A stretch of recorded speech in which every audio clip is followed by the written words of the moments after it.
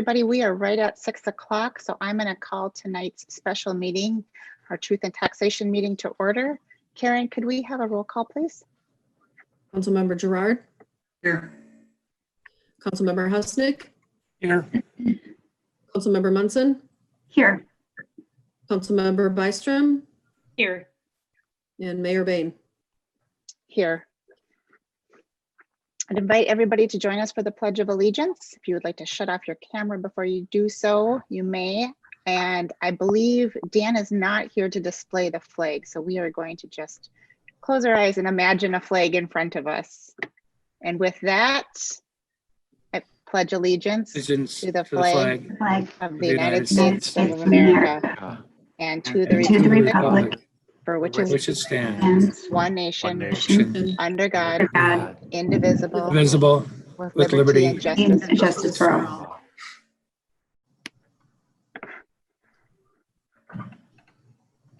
Council, we have before us this evening our Truth and Taxation agenda. I would like to, before I ask for approval of the agenda, I would like to just wordsmith one small item, but I think it's important tonight. We have item number 5E is the consideration of resolution approving, and this should be all 2021 budgets, not just the general fund budget. We are approving all budgets this evening, and then also the levy is for consideration. With that slight wordsmithing, is there, I'm asking for a motion to approve the agenda? So moved. I'll second. We have a motion and a second, and Karen, could we have a roll call, please?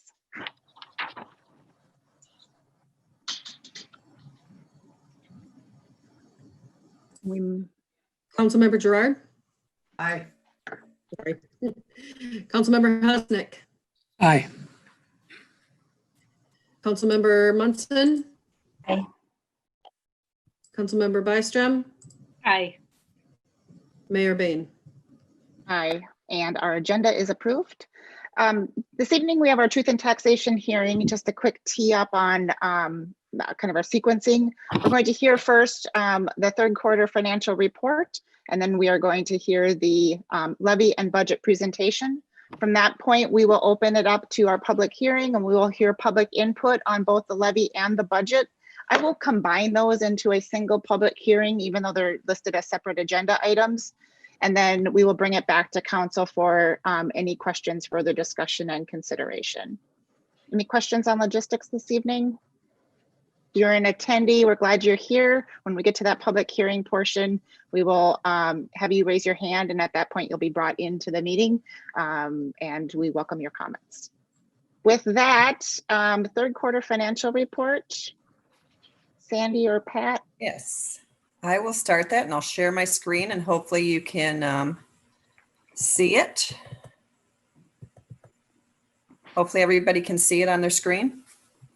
Correct. This is the third quarter report through September 30th of 2020, and I'm going to go through not necessarily line by line, but highlight some of those items where you know I think there needs to be discussion, or just maybe kind of remaining discussion, because really what I'm seeing is the same thing as what we had in our second quarter. There's the revenues are coming in less, which we anticipated. Looking at the license and permits, they're coming in less than what they were in the prior year, as well as the charges for services. And that's going to be because of the building permits, and fines and forfeitures are also coming in less than the prior year. So it's basically what we've seen in that second quarter. The same thing is happening, and this is what we anticipated was going to continue to happen throughout the year. Under miscellaneous revenue, we had brought those budgets for interest revenue down or up a little bit from what we had in the budgets last year. And it's, even though it's going a little bit over what we have budgeted, it's of course more in line with our budgets than what it was in the prior year. And that was to be anticipated as well. And looking through the expenditures, though, I really don't see any problems as far as comparing the trend to the prior year. But I do want to note, looking under that emergency management, that's where we spent our COVID money. And so you're going to see high expenditures in that area because of that. And but looking at everything else, I really don't see anything that is, and what was different too with the election is we brought our budgets up from prior year compared to prior year because this was an election year. So looking at the bottom line though, for the general fund, I don't see, like I said, the only issues I see is because of the revenue, which we anticipated. And then going on to surface water, again, I'm not seeing the issues any different than what we've seen in the second quarter. We did have that intergovernmental revenue in there that we will not be recognizing this year. We had that as a placeholder. That isn't going, we aren't going to be having any grants coming in, but that interest revenue, of course, is going to be coming in over our budgets, which I anticipate going to be offsetting most of that in the year. And looking at the wages again and everything else, I'm not seeing, there's some things that may be spent earlier, like in professional services and repairs than what there was in the prior year, but I don't anticipate at the end of the year that it to be an issue in this fund. And looking at the graph, we had payments coming in for charges a different time of the year. Last year it was in June. This year it was or July. This year it was in August. But I see that this year might be coming in a little bit later than it was in the prior year. So we're going to keep monitoring that, and if there's a difference in how much we've received in the years, we'll have to monitor that at a later date and make sure that there isn't some late payments coming in September. And the airport fund, I didn't see anything again differently, other than I do want to explain the capital outlay. We have grant opportunities that we have right now where we're spending the money and we get reimbursement for it. So we have to spend it before we actually get the reimbursement. So you're going to see a high dollar amount in that capital outlay, but we're anticipating getting revenue sources coming in for that as we send in those reimbursements. But looking at overall, I don't see, again, the trend from prior year, it's pretty similar. So I don't see anything alarming there either in this fund. And looking at that 9-month comparison of the AV sales, the ag rent and the hangar rent, even though they may be coming in at different times, as you've seen on that top page, the revenue sources are in line with our budget. So this just kind of gives an idea of when we're receiving some of that revenue and at what point. And then looking at the water fund, I'm not seeing anything different, other than I do want to mention again, like I did the second quarter, that interest earnings is going to be a lot higher. We have that bond money in here where we're doing those projects. So that is going to be reconciled at the end of the year to anticipate that, make sure that the proper interest is in each fund. But looking at where it is right now, I don't anticipate that changing very much. Connection charges, they aren't as much as what they were in the prior year. So that's something, again, that changed due to where we're at in the economy today. But looking at the expenditures, we're underspending in a lot of areas. The bond interest is coming in line with everywhere what we anticipated. Depreciation expense, I think I mentioned this during the second quarter. During our audit and after the budgets were approved, we noticed that there was some capital outlays that we should have had in the depreciation. So there's a little bit of an off there, but nothing that's too drastic and compared to the prior year. But other than that, I think the fund is going to be ending up in a good situation at the end of the year as well. And looking at the graph, this is what you would anticipate. Like I said, different times of the year that we receive the payments, but you would anticipate that 2020 would be higher than that 2019, which is the case because we did increase our rates. And going on to the sewer fund, again, I didn't see anything too drastic there either. It's pretty much in line with what we anticipated, pretty much in line with the expenditures. So I don't anticipate that there's going to be any issues in this fund either. And again, that graph is similar to what the water fund shows, where 2020 is showing as an increase, which we would anticipate to be occurring at this point. So with that, and should mention the cash. Here's the cash, and it gives an example of what it was in the prior year and what it was in the current year as far as what we're investing in and the investment type, as well as a comparison to the prior quarter as far as how long we're investing. And, we're trying to diversify, and we used to have it all in CDs, and now we're trying to diversify more to have a better portfolio, as well as getting better rates.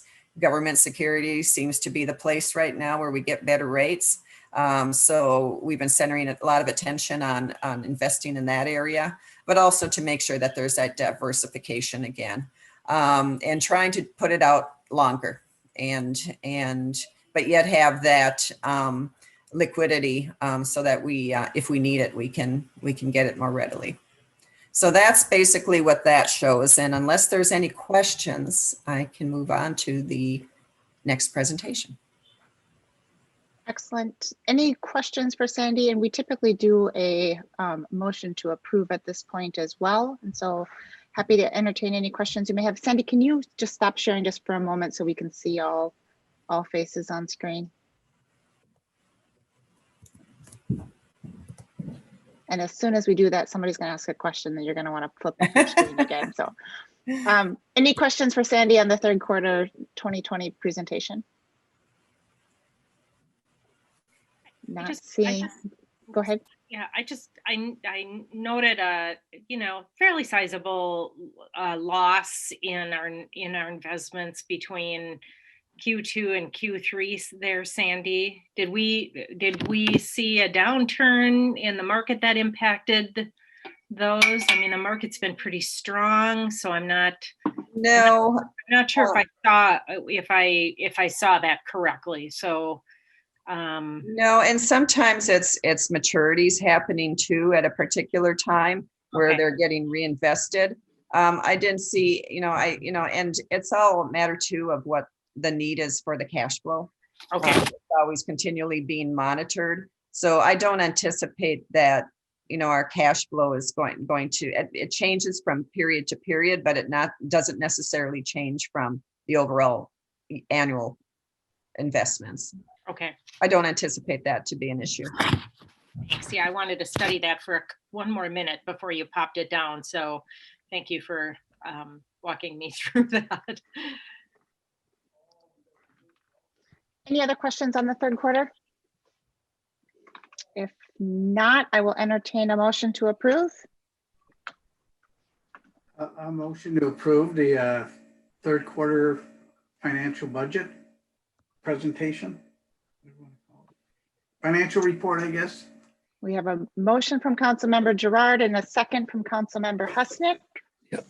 Any further questions or discussion? Hearing none. Karen, could we have a quick roll call? Councilmember Gerard, Aye. Councilmember Husnick, Aye. Councilmember Munson, Aye. Councilmember Byström, Aye. and Mayor Bain. Aye. And motion approved. All right. Next item this evening is the budget presentation. Sandy, go ahead.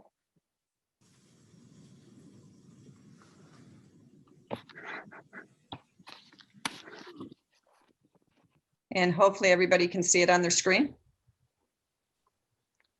And the main reason why we're here today, again, is to go through the truth and taxation meeting. It's a requirement as a city that we do this according to legislation. And we are required to do that at a particular time. And we have to have the levy certified by the end of this year.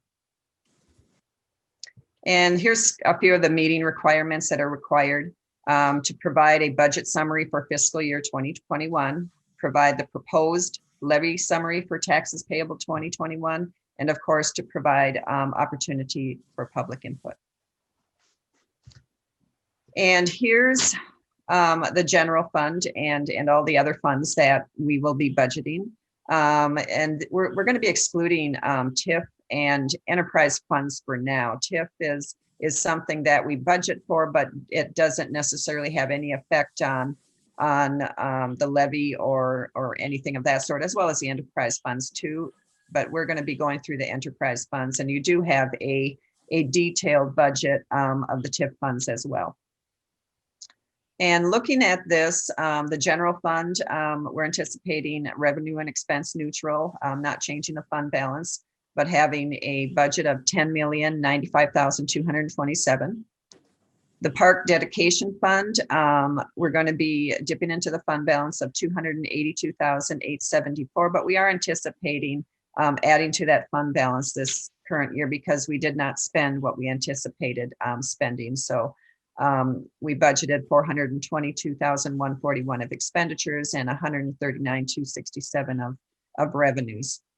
The surface water did have a good fund balance coming through from 2019, but that is going to be spent down over these next few years, and we anticipated that to happen. And so we're going to be spending down in 2021 $238,429, where we have expenditures of $727,329 and revenues of $488,900.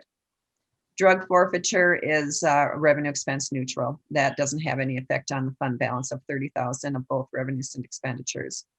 Capital improvement, that's something we have a fund balance for as well. And what you'll see is there's going to be a separate line for streets bond project fund. We have to keep it in a separate account because that's the bond project money that we received.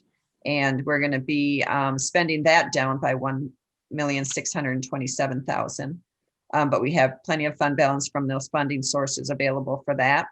The capital improvement, we're going to be spending down $56,000, which there's fund balance available, and having expenditures of $1,328,000 with revenues of $1,272,000. The EDA fund is close to being revenue neutral. It's adding actually $270 to the fund balance with expenditures of $50,730 and revenues of $51,000. The airport fund, we're anticipating adding $18,147 to the fund balance with expenditures of $122,553 and revenues of $140,700.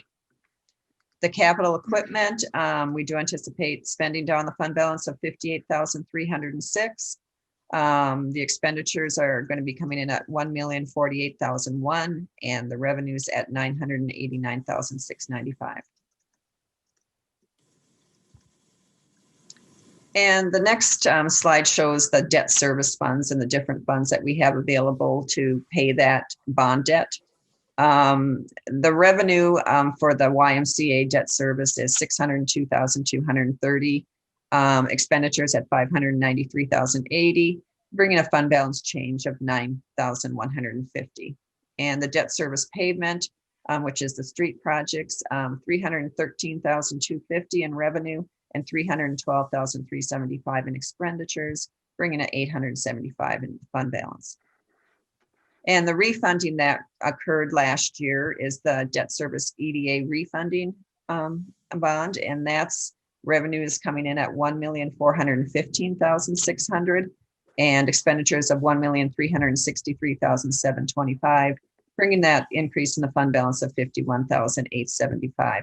And we worked, Patrick and I worked with Ellers to really kind of look at those fund balances and kind of see what those payment needs are and what the revenue sources that we should be bringing in to make that right. Karen, just a quick note for anybody who's watching, that what we're calling that EDA refund or that EDA refunding fund balance, that is for the city center that had previously been funded for by the EDA. So that is city center support. Thank you. And the next page, we're going to go through the enterprise funds, and just so put a little note in there that debt service for the enterprise funds are funded by the enterprise funds, and they're not, they're within these funds and being paid out of these funds. So the water fund, the revenue is coming in at $2,781,698, and expenditures at $2,750,750, increasing that fund balance $30,948. And the sewer fund, and the rates, I just want to say, was the rates that we put in that Patrick had brought to the council at the last meeting to reflect what Ellers had reflected in their 10-year plan. And the revenue for the sewer fund that we put in was $3,566,080, with expenditures of $3,599,046. And that did bring a slight decrease to the fund balance of $32,966. And this graph is shows what the revenue budgets are. And as you see on the bottom, the different sources of revenue funds. And again, we're excluding TIF and as well as the bond projects and the enterprise funds, so that it doesn't skew things and make it look a little skewed, because those are separate funds for separate purposes. So looking at this, really a big part of what we get revenue sources from is the general fund and the debt service levy. The general levy and the debt service levy. I mean, that's a big part of what our revenue sources are. But we also get franchise fees of 5%. Intergovernmental of 5.6%. I mean, a lot of that has to do with police revenue coming in. We get a very small $95,000 amount for the general levy, but really that has a lot to do with the police revenue coming in and other sources. We also have charges for services at 8%, but I'll let you take a look at those other smaller sources that come in for fines and forfeitures, many miscellaneous license permits, park dedication, and other financing that makes up for the rest.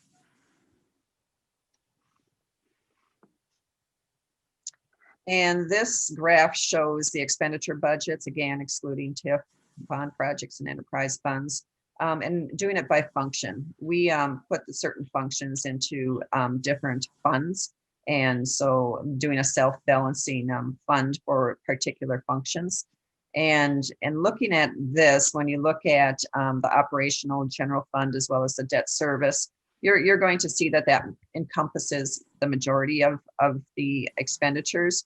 But there is going to be, some throughout the, like surface water at 4.5 and 6.5 for capital equipment. And again, I'm going to let you look at some of those other ones, but they represent the other pieces of what our expenditure budgets are.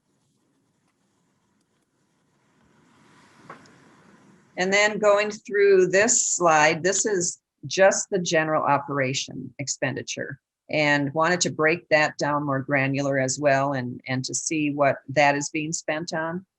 Just to give everybody an idea. And looking at this, if you look at the police and the fire, I mean, that's 50% of it there. So 50%, 42.7 is the police and 7.2 is the fire. And then when you look at the public works at 13.8%, there's another big portion of it. And looking, there's other portions as well. And for the general government at 12%, I just want to remind, last year it was about 8%, and that was because we added the insurances into the, instead of putting them all across the different departments, we put it all into that area so that we could budget more easier, but yet not, hold each department to the insurances, because that's something that they can't really control. And it's something that we just have to have out there. So we're just going to control it more differently this year. And looking at 8.3 at the parks and recs. And again, I'm going to let you look at those other areas, which encompasses the rest of the expenditure budgets, but them are the bigger ones that we have in our general operations. And looking at the tax levy summary, the general fund operational, and this is a comparison of the proposed for 2021 to what we had in 2020. And looking at the general fund operational, we are proposing a tax levy of $8,116,719, which is a 5.13% increase from the prior year. Capital equipment of $800,000, which is a 6.67%, even though it's $50,000, it just ends up being a 6.67. Capital improvement, we brought it up 50,000 by bringing it to 100,000. Debt service, that's just something that's paying for what we need to for our debt service payments at 2,331,080, a slight change of 2.2%. EDA was across the board neutral to last year at 50,000. And parks and trails, we decided to add the 50,000 to start to fund the parks and trails. And looking at that bottom line, the total proposed 2021 levy is $11,447,799, which is an overall dollar increase of $595,838, which brings it to a 5.49% increase from the prior year. And here's a slide that kind of shows where the levy goes and where the tax levy revenue sources go to. The majority is going to be to the general fund at 71%, and that is the major portion of the city's budget. Most of the city's labor costs, materials, and supplies that support the city. Capital equipment amounts to 7%. That's long-term funding mechanism that we address some certain pieces of equipment, and I'll let you read some of those: fire trucks, snow plows, all the equipment that we need in order to do the services that we can do. Capital paving improvement of 0.9%. Again, that's was a effort to put some funding sources in for street paving and repairs. A lot of that is paid by the state and franchise fees, as well as the bond funding that we will see in the debt service. And debt service is at 20.3. And again, just wanted to reiterate, this does not include the water fund or the sewer fund. That is separately monitored in those funds and paid for in those funds.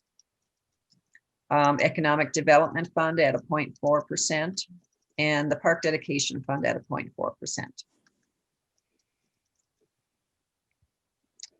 And this next graph shows the levy increases over the last few years, as well as what we proposed for 2021. And you can look across, other than in 2019, we're kind of at that same level that we've been in the last few years. 2020, we had 5.74, but we're closing in 2021 at 5.49.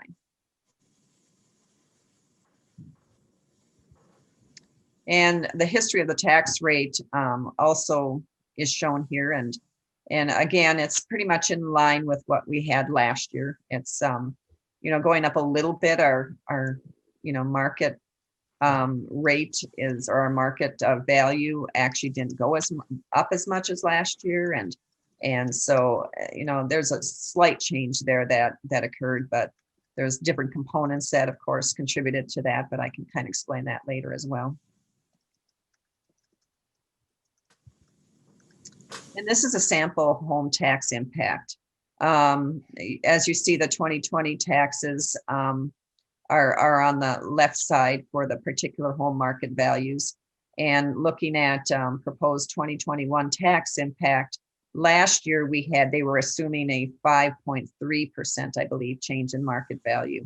And this year they changed it to a 1.2% change in market value based on what they're seeing, which is Washington County out there. So that had an impact, as well as we have this thing called fiscal disparities, where it actually goes up or down, and this year it actually had a favorable impact. So all in all, when everything is factored in, This is what we see as the proposed or estimated tax impact for 2021 proposed levy. And at like $150,000 home, it's at $511,000 or $511.91. And you can kind of read down there, and going up to a 300,000, it's $1,174.59. So there's a comparison for you to review to kind of see, have a feeling, not necessarily 100%, but it's an estimate at this point. And with that, that's all I have, unless there's any questions. I guess at this point, I would ask council if there's any immediate technical questions around the presentation. And then I would ask us to perhaps hold any more detailed conversations or discussion until after we've had the public hearing. So any technical questions we want to get out of the way before we open up the public hearing? And council members, please jump. I'm not seeing all of you, so jump in if I'm not seeing your raised hand.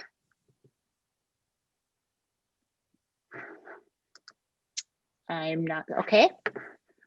With that, we're going to hold questions, any further questions then until after the public hearing. And so I will open up the public hearing, and there's two items on the agenda that we're going to cover all together. One is for the levy and the other is for the budget. And if there is anybody from the public that would like to address council, I welcome you to do so at this time. And I see one with a hand up. And bringing Mr. Grentner into our meeting.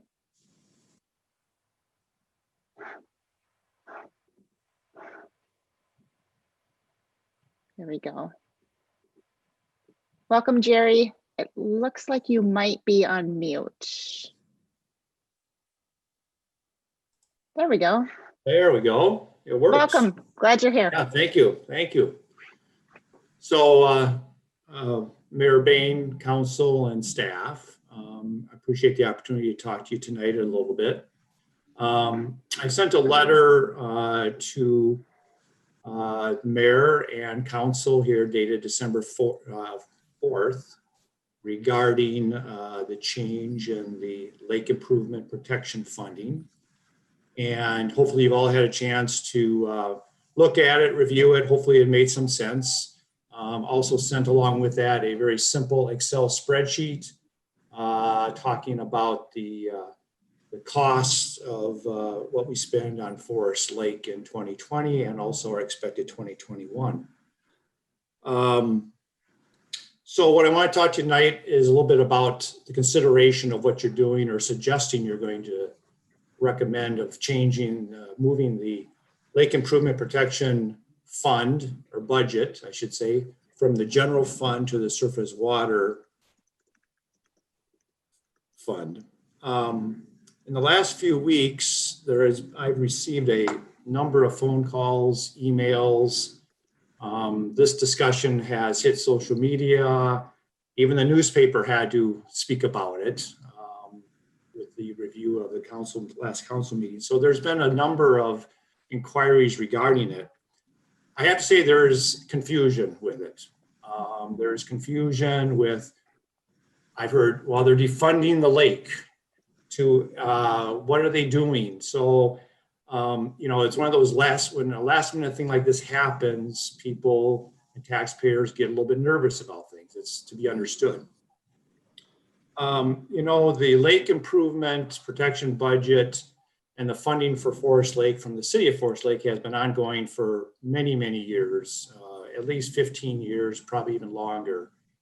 And back around 2009 even, the city was spending about $60,000 for running harvesters to cut vegetation in the lake and to hopefully keep the lake, navigable as such. So back 12 years ago, the city was spending $60,000 on the lake, and we're currently spending, anticipate spending $62,000. So not much of an increase over 12 years when you step back and think about this. I think 2009 was also the year that the surface water fee was initiated by the city. It started out at $8 a year. I did a lot of research on this. And last year it was $40, and I want to commend council on raising that surface water fee to $48 for 2021. So that still puts us in the lower 50% of the metro communities.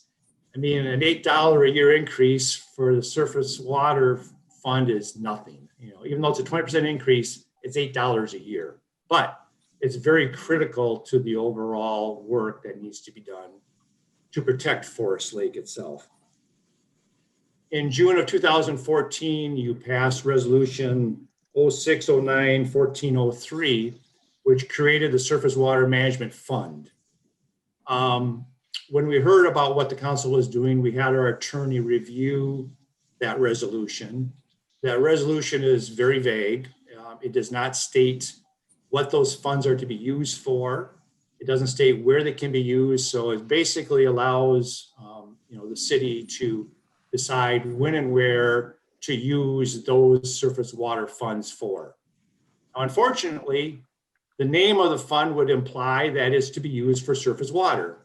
And we all know the city has an obligation as an MS4 permittee to maintain the permit and to do improvements to surface water, which almost all waters, not all waters, but most all waters in the city of Forest Lake flow into Forest Lake. Some go up to Comfort, but the majority goes directly into Forest Lake. So, one of the things that's been confusing to people, I think, is that people don't understand what the surface water fund is. I really, really believe the city needs to communicate this with absolute transparency as to what this fund is being used for and what they are paying that fee for. Because right now, it's absolute confusion. Even in the paper, the Forest Lake Times, they quoted some weird name. I think called it a sewer fund instead of the surface water fund. So, even the newspaper doesn't get it right, and people read that. So it's an item that I would ask you to take to task in 2021, is to help better understand what that is and communicate that to people. There's 1,100 lakeshore homeowners on Forest Lake. And that represents 15% of the households in the city of Forest Lake. There's about 7,500 households in Forest Lake. And those homeowners that live on the lake spend at least an extra $1 million in taxes. And so there's an expectation that, the quality of Forest Lake is important to them and that there's some value they get for the additional taxes that those homeowners pay to live on the lake. What that is, I don't know, but there is an expectation from them because of the additional taxes they pay. In 2020, and I mentioned this in my letter also to you, we have factual documentation that over 10,000 boats launched into Forest Lake at the 3 public accesses. 10,000 boats. There is no other recreational entity or activity in the city of Forest Lake that draws that much public attention. And those boat owners and those boat users, they stop and get gas, they stop and get something to eat, they stop at the stores. They are helping all the local businesses, maintain in the 2020 COVID, helping to maintain some of their revenue. So,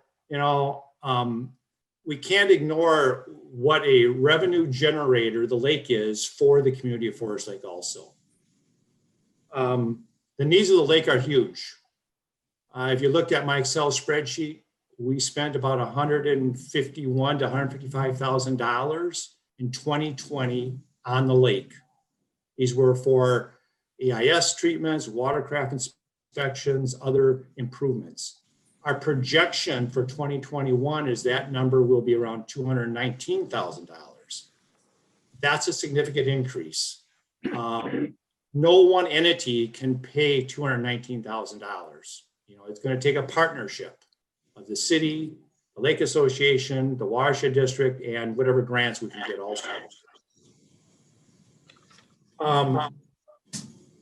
The last couple of days, I've had the chance to review the documents that came out for this meeting.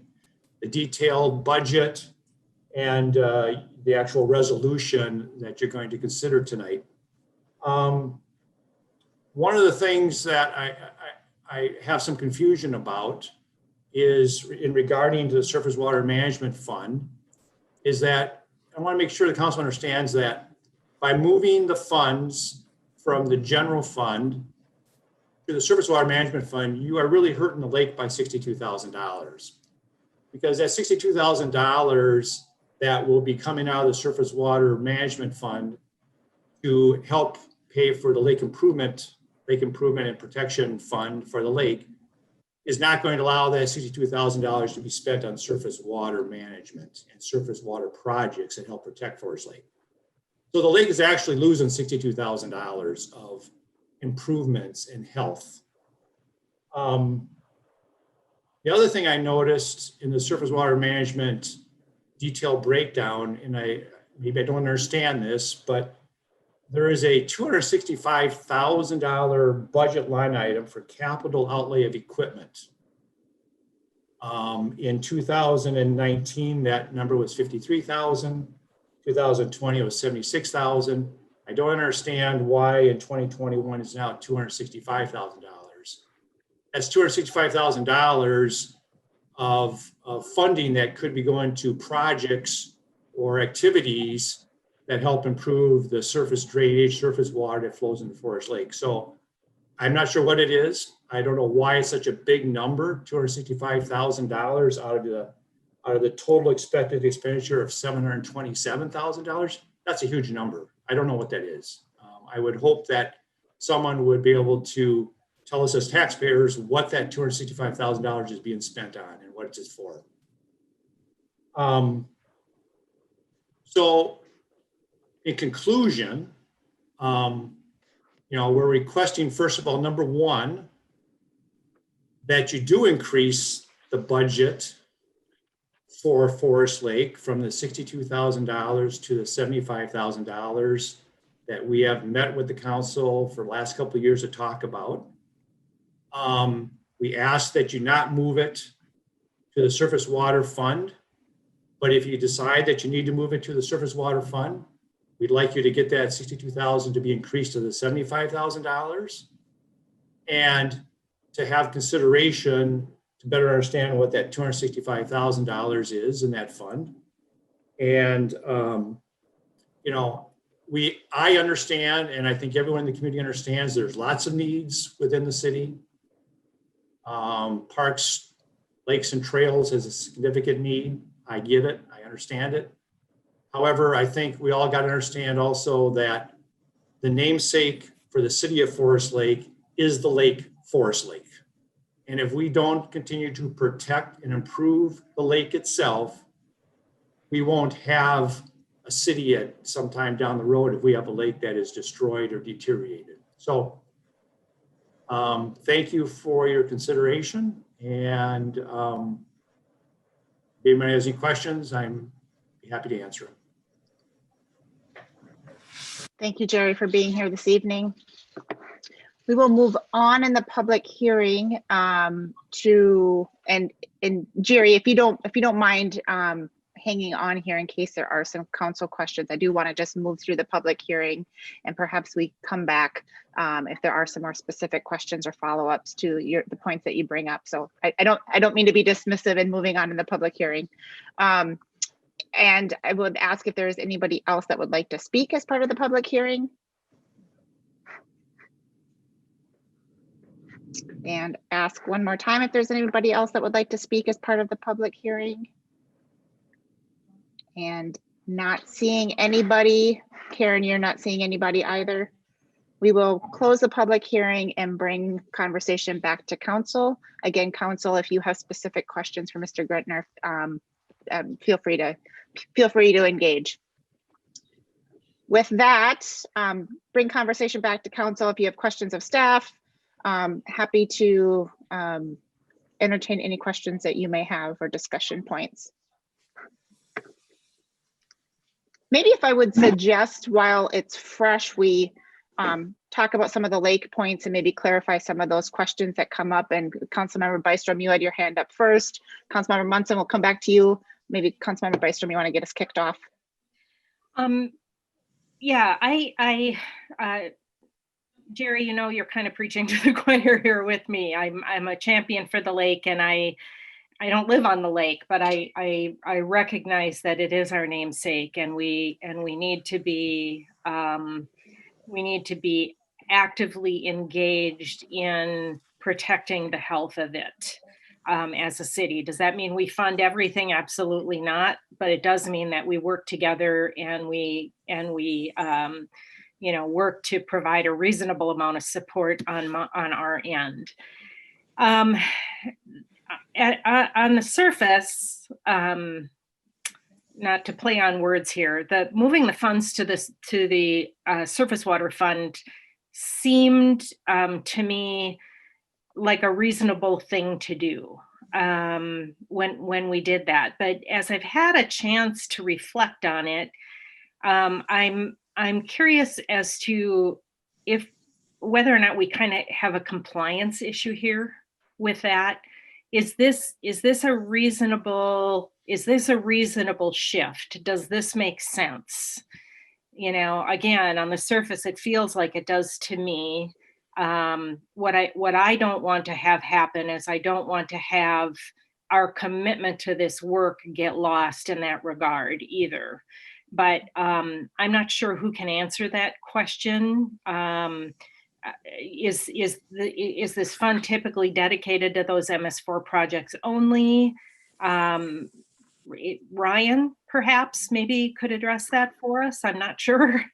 Ryan Patrick also had his hand up as well. So Patrick as sorry, well. no, Let I don't mean to me cut you off. before Ryan jumps in. The compliance issue, the answer is no. There is no compliance issue with any state agency or state authority or county authority. It's basically what the council believes is appropriate to budget and how they budget it. The shift of this is not meant to diminish the funding of the lakes. It's actually more to protect it. One of the things that and Jerry's correct, if we haven't raised any money, $60,000 for however many years he mentioned, that's tough to, like any of us know, is tough to hold on to a budget and still try to do something with the same amount. However, by shifting it out of the general fund, one of the things that happens in the general fund, and I think you're all aware, is that every year there's pressure on the general fund, and that directly relates to pressure on the levy. So if we were to entertain increases in the lake funding, that would mean there's be more pressure on the general fund, more pressure on the levy, and quite frankly, a less likelihood to fund increases in the lake. What we're trying to do here is put it in the surface water, and I could agree that might be some confusion with the name versus what the actual are, but we fund other things out of this besides MS4, street improvements, the share of street improvements for stormwater and things like that. What we'd like to do is be able to plan for those increases in a regular fashion, similar to what we've done with the capital improvement fund, the capital equipment fund. We would like to have it in a place where we can say, okay, give us your 5-year plan and let's see how much we can afford. And then that's based on what the rates might be. It's an enterprise fund. It's the same thing as a sewer or water fund. I think it's transparent. I think it's clear, and I think it's actually just a better way to do things, so that we're not trying to run and catch our tail to try to increase the lake funding. I think if Jerry tomorrow or next year, sometime by May, it would give us a 5-year plan. I'd hand it to Dave, and Dave would then try to figure out how to, he's the one who budgets the surface water, try to include that all in what the requests are. That's the whole reasoning behind this. It's again, trying to make things work the right way.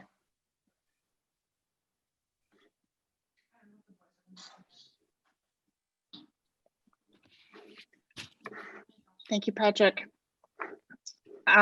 Councilmember Munson, I think you had your hand up next, and we'll just kind of go in order here. I did, but I think my question was answered. I was Jerry referred to moving it over to the surface water would be a loss of dollars for the lake, but I think I've got. Yeah, let me clarify. There is no loss. I mean, it's just to shift the responsibility which fund's going to pay for it. It's still $62,000. It's not 29,000 or whatever it might be. I'm not sure I understand the concept of a loss because it still is going to be identified in that fund for lake issues. So I just want to make sure I'm clear on that point. So the year-over-year planned funding of what used to be in that general fund line item, that isn't changing. It's just moving from the general fund to the surface water management fund. Is that correct? Nothing's changing at this point. Okay. But I think Jerry's point, and I want a clarification on this as well. I think Jerry's point is that if we are now pulling the 62,000 that we would have historically pulled from the general fund, if we're pulling that from the surface water fund, that's 62,000 less we have in the surface water fund for other projects, correct? Yeah, we're not making a one-on-one transfer. It is part of the surface water. It will become part of the surface water projects, yeah. So it's incorporated and it'll be another part of how we judge what surface water projects get done. So, 62,000 for surface water, yeah, it'll be less, but it's not a major impact on the surface water fund. I do want to make a point here that so one of the reasons why I've liked this approach is that, and I suspect, having been on prior councils that have voted on this budget, I suspect one of the reasons why funding hasn't increased over the years has been that it is always that incremental pressure on the general fund, and it's tough to stomach that at many times. And that might be one of the reasons why we've not seen an increase. And so one of the reasons why I like having it in the surface water management fund is that two things. One, it allows us to take a more project-based approach, as Patrick mentioned, of what is the 5-year project plan, recognizing some years will be bigger than others, and it lets us be planful of that. And I also want to be clear that there's nothing that precludes council from supplementing that surface water management fund with general fund dollars if, when we're looking at the whole of here's everything this fund needs, if there isn't sufficient fund balance to support that from either fund balance or from planned revenues, we can always, there's nothing that precludes us from doing a general fund transfer. And having those options on the table gives us a lot more flexibility than what we've had today. And that's been one of the reasons why I've supported this approach, because again, as we've seen how these projects are materializing, they aren't the same year to year. And this allows us to take a little bit of a long-term approach and fund appropriately based on the needs of the lake. So it's one of the reasons why I've supported this. One of the feedback points that I've heard is we've lost our transparency, and you'll see from the detail that we just saw in the third quarter financial report that while it's in a different place and it's in a different page, there's actually, I think, more detail presented of having it in the surface water management fund. You saw we went through an entire page of that surface water management fund, reviewing all of the beginning fund balance, all of the revenues, all of the expenses, ending fund balance. And there is certainly opportunity for at least the same level of transparency, and I would say even a little more definition in this approach.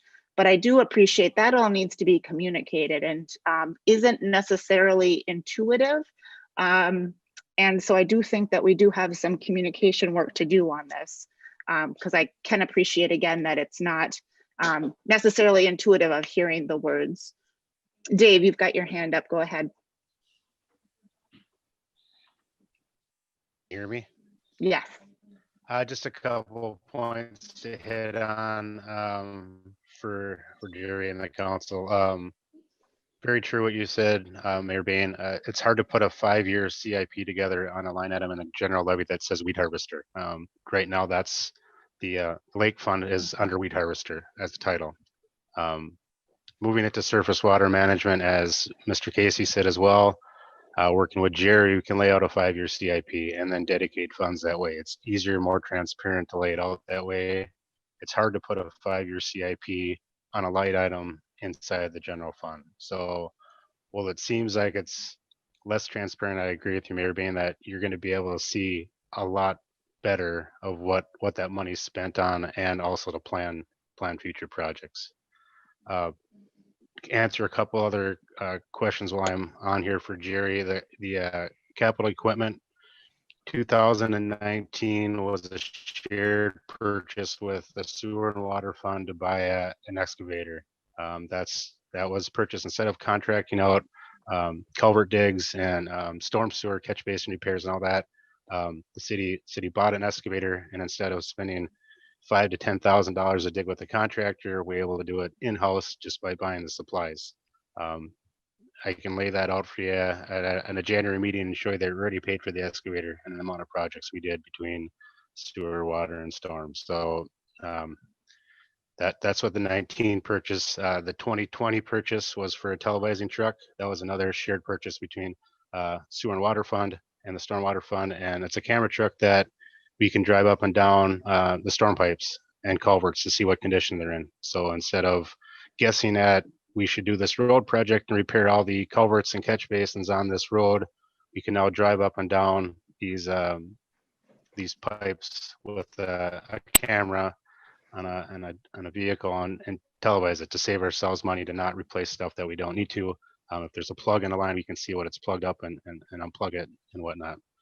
2021, that $245,000 is for a street sweeper, a mechanical street sweeper. It's to replace the 2006 Elgin Pelican sweeper. It's supposed to be 10 years, 5,000 hours. Obviously, we're at 15 years and about 2,000 hours over that. So that is what that 2021 purchase is. I do agree with Jerry. It's my fault that I'm not more transparent with that.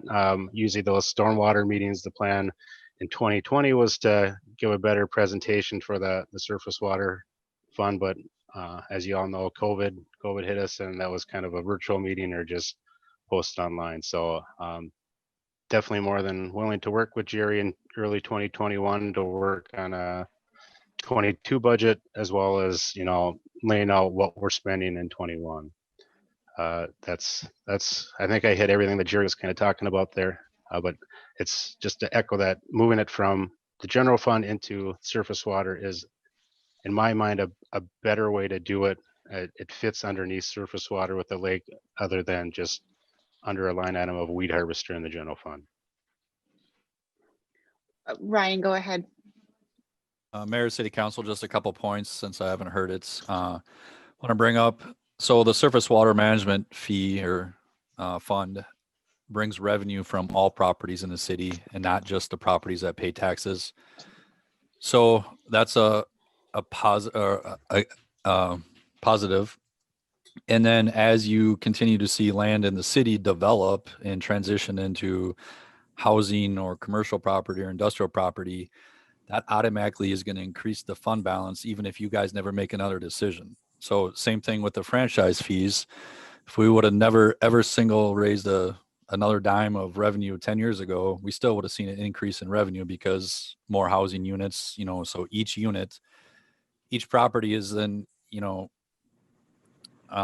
looked at back to a residential equivalent unit, then it applies in a chart with commercial industrial. So it's always more than one unit.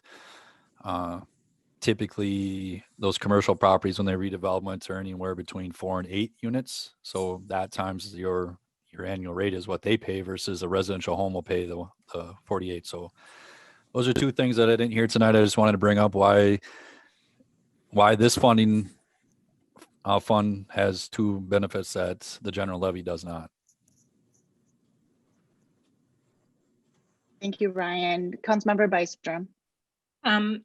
Yeah, I'm in support of the shift. But I do think that we, again, to Jerry's point, really need to be transparent with our taxpayers about this. I think we need some communication, better understanding of what this fund is, what it's utilized for, and its appropriateness related to the shift of the support for the work that Forest Lake Association is doing.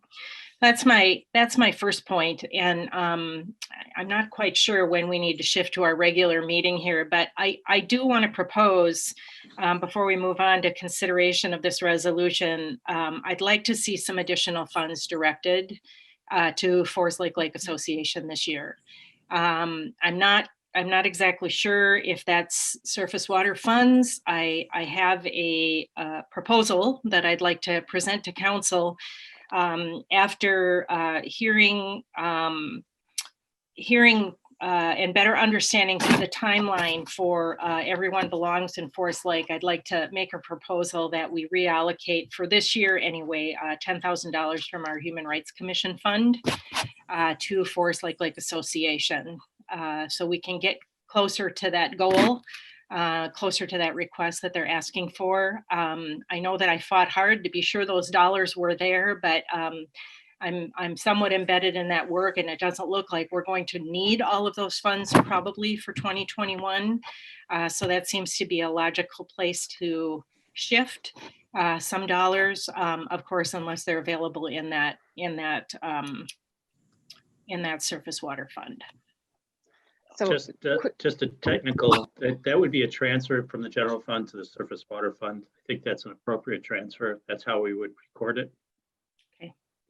a quick just logistics check here. We are going to stay in this meeting as long until we are adjourned, and the council meeting will just pick up after. So there is no need to play beat the clock. So we can take as much time as we need here tonight. We are only limited by curfew, and I don't suspect we're going to go that late. A couple of points are brought up. I do like Councilmember Bystrom's proposal here on perhaps there's an opportunity, a reallocation of some funds that had been dedicated for Human Rights Commission. I agree with her that that work is not as far as long as maybe we had expected back in September when those dollars were allocated. Also, council remembers that we have approved some funds that weren't planned in 2020. And so Kathy, was your number 10,000? Is that what stood out to you? And yeah, I think it allows us to leave a few dollars there. I think we've got probably about 5,000 left in that commission's fund, so that if they do get up and running, third, fourth quarter of the year, they do have some resources to work with. I didn't want to shift it all, but it certainly seems reasonable to reallocate some of it at this point in time. And then we have an opportunity to start working on that plan, taking a look at that surface water fund, and ensuring that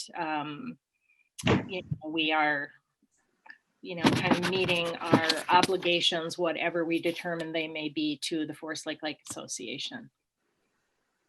Yeah, so couple of follow-up comments to that. So agree on the transfer of funds to the Surface Water Management Fund with that purpose.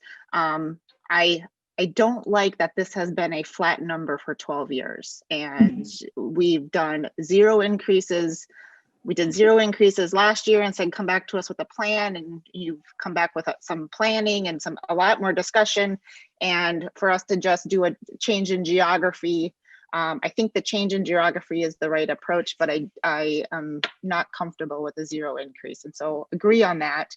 The other thing I think we need to really consider, and nobody has shown the numbers tonight, but it is in our packet, and maybe worth, if someone's got the graphic, can pull them up, our surface water management fees compared to comparison cities. This data is old, but I suspect we have not caught up even with our planned $8 per year increase. I think early in 2021, as we're thinking about how this new fund is going to, or how the this reconstructed fund is going to operate, we should evaluate those surface water management fees and really be planful on communications and how we're going to, what we might consider for those, because I suspect there are a lot of our peer cities that have really made a lot of progress in this area that we haven't. So I think that that's another kind of opportunity to evaluate, do we have appropriate fund balance there? Other questions? Go ahead.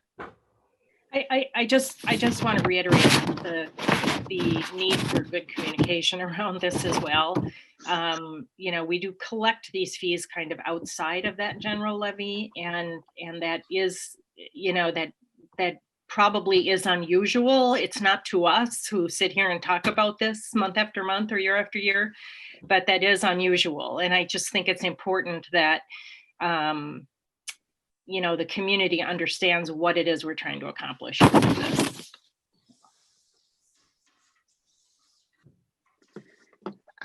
Jerry, go ahead.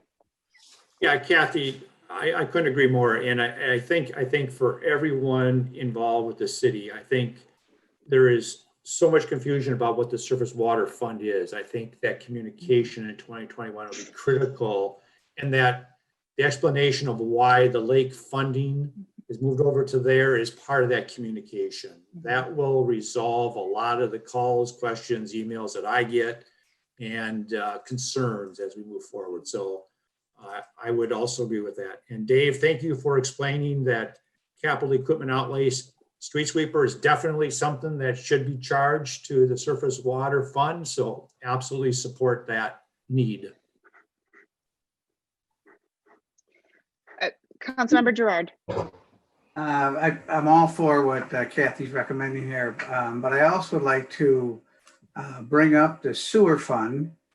We have a 3% increase for the sewer fund, and I would like to suggest to the council that we don't have an increase in the sewer fund this year. We received a $1.7 million on money from the state, and I think we could forego that 3% increase this year. And if the math is correct, and Patrick will correct me as he always does, I think it's about $100,000 that would not be going into the fund. But I would suggest that since we've got some nice bond money from the state, that we should forego it for this upcoming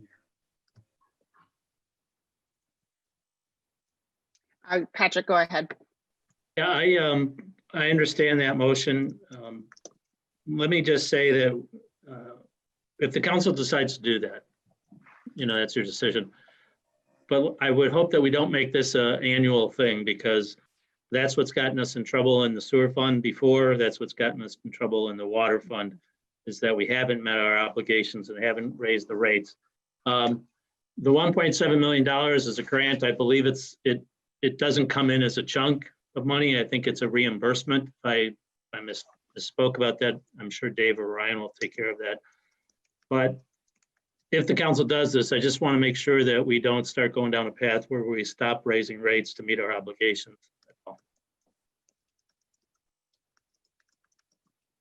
Thank you. And Dave, go ahead. Just to hit on that for the sewer rates, for so many years we were using SAC charges to offset the sewer rates themselves. So while we weren't increasing the sewer rates, we were taking SAC dollars, which are supposed to be for improvements like the lift stations and all that. And instead of doing these projects, we were, you know, offsetting sewer rate increases. So now grant money coming in, it's kind of going back to what we want to avoid now. The sewer rate should be for operations, and the SAC charges should be for projects. Well, that grant money that's coming in is for, you know, CIP projects, and what should be, you know, purchased with SAC dollars, and the sewer rate is to fund, you know, operations of the sewer department. So I just want council to be careful of going back to what in the past where we were keeping rates low by you know, offsetting with SAC dollars coming in. That you'd like to try to build that you know, that fund balance of SAC money to keep doing projects. So that's just my 2 cents on that. Thank you, Dave. Councilmember Munson. Yes, thank you, Mayor Bain. I was just I'm kind of rewinding the conversation a little bit, but just wanted to say I too was not comfortable not having an increase for the Lake Association, having just lived by one of those public launches and seen the increase of boat traffic this year and the need that's out there. So I would support Councilwoman Bystrom's plan. I think that knowing that is the state of the human rights group, that makes sense to me. Excellent. Thank you. Councilmember Bystrom, I think you had your hand up. Yeah, I wanted to toggle back to Councilmember Gerard's proposal. I can absolutely see where he's coming from with that. I mean, we are always looking for opportunity to ease burden on our citizens. My concern with it, however, is that we land back where we were when we straightened all of this out, and knowing that we were going to, in order to get ourselves caught up, and not only caught up but ahead, we were going to be looking at some double-digit increases for a while. And I'm specifically referring to water, but I am a fan of smaller incremental increases rather than a big heavy hit at one time. So while I certainly understand his intent and appreciate his perspective, I'm concerned that that may be a setback for us. And it looks like we may have lost Mayor Bain.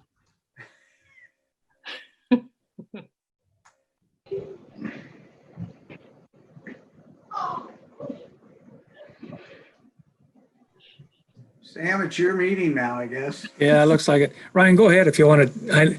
I know Ryan has been trying to get his word in here, so go ahead.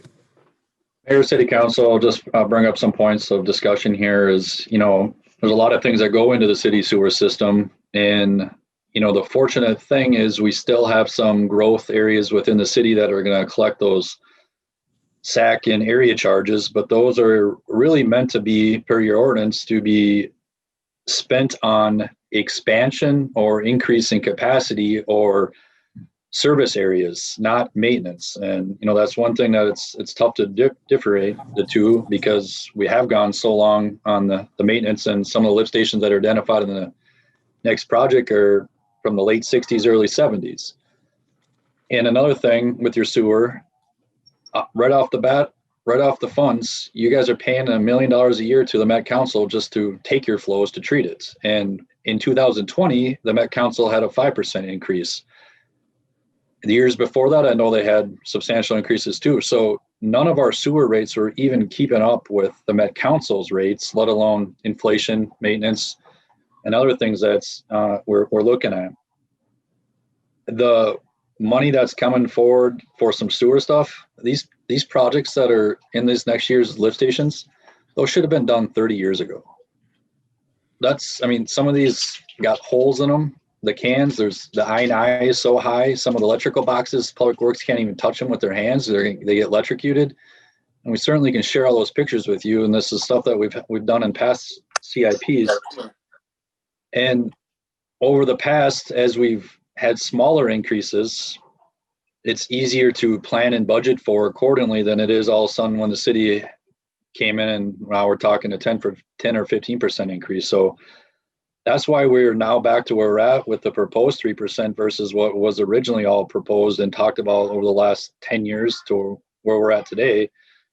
And the amount of deferred maintenance, if you look in our, and this is another reason we laid out a 30-year CIP for sewer, water, and storm, so we can see the needs that we have that are just pure maintenance. The only thing that we have an expansion in there right now is trying to get sewer across in areas where we know future large projects are coming, or because of the sewer study we did do in the downtown area, I think it's plugged out in 2034, so we're not even actually funding it yet with the downtown sewer capacity issues. So it's unfortunate, you know, that I once gave a presentation on the city sewer system. We have enough pipe to go underground from here to Duluth, no problem. That's how much pipe's in the ground here. And we currently have 46 lift stations. We have a development that's coming forward, and they're going to have a lift station when they totally build out. That'll be 47.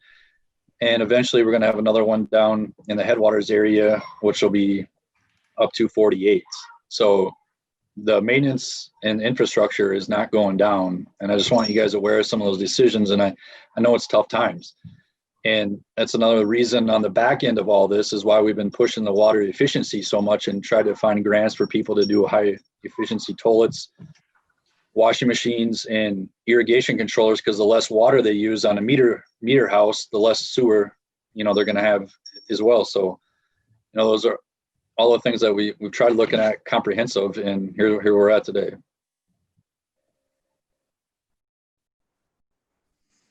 I'm sorry for the lost internet connection. I am back now and on my phone trying to get my computer back up. Karen, go ahead. Logistically, we have until 7:30 to finish this off before I think it's going to shut down, because I set this up for an hour-and-a-half meeting, not expecting it to go this far into the 7 o'clock meeting. So I just wanted you to be aware of that. It's now 7:16. Thank you. Thank you for that time check.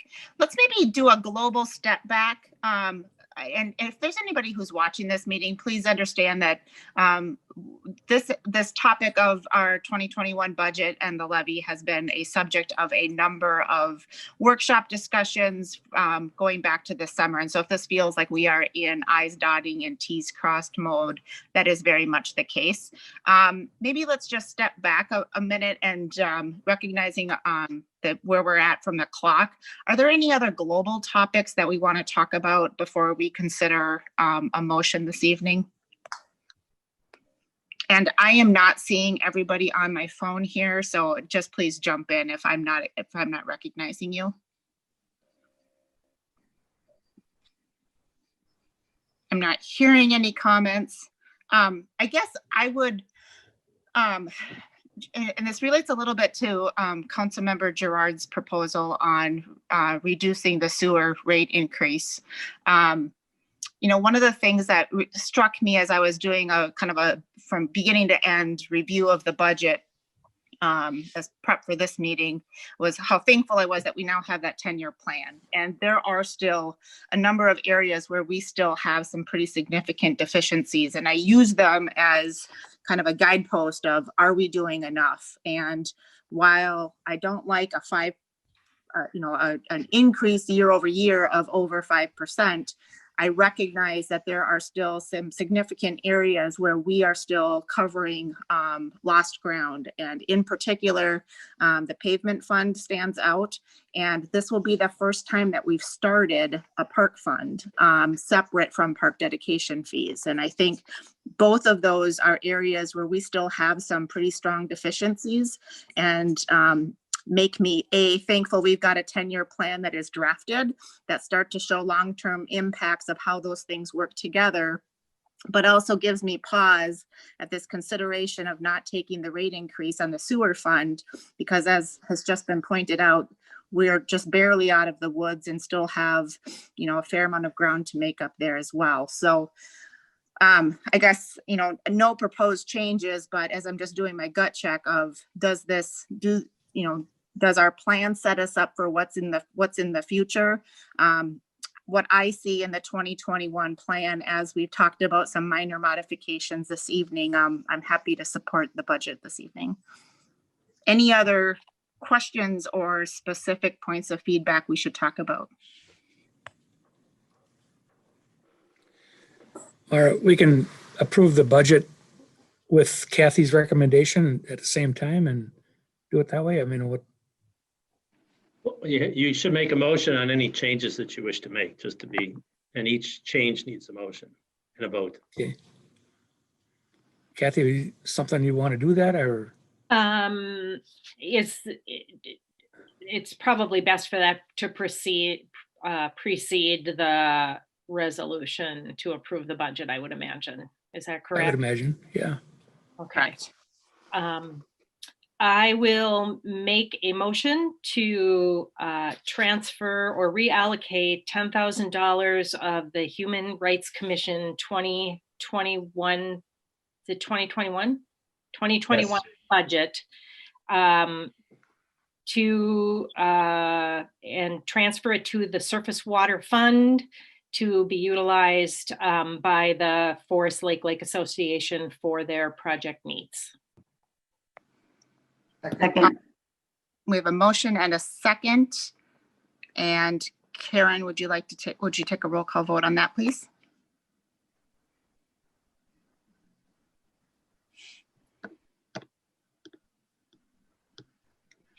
Councilmember Gerard, Aye. Councilmember Husnick, Aye. Councilmember Byström, Aye. Councilmember Munson, Aye. Mayor Bain. Aye. Motion approved. A quick point of logistics, maybe Patrick, this is for you or Sandy. Given that change, we have a resolution in front of us. Do we just instruct staff to update the budget reflected in the resolution for the motion that we just passed? Yes, or if you give me a minute, I can tell you what the new numbers are. We'll give you a minute for their new numbers. That's all you get. All righty. It's the pressure. So stormwater. And that's, was it 50,000, 10,000, right? Yeah. 10,000. 10,000. I'm looking for the.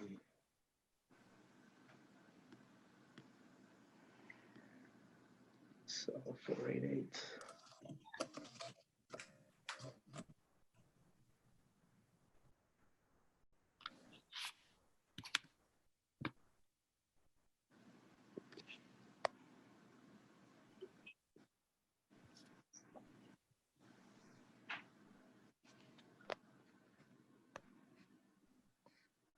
Okay, is there any other changes then?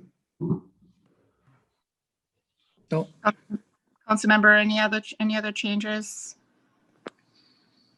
I'm not hearing any, and I'm not seeing all of you on my screen, so please chime in if there's any other changes. I think that's it, Patrick. Okay, so for the record, then the surface water management, the revenue would change only to 498,900. Mhm. And the total of the resolution for the entire budget revenue would change to 22,172,949.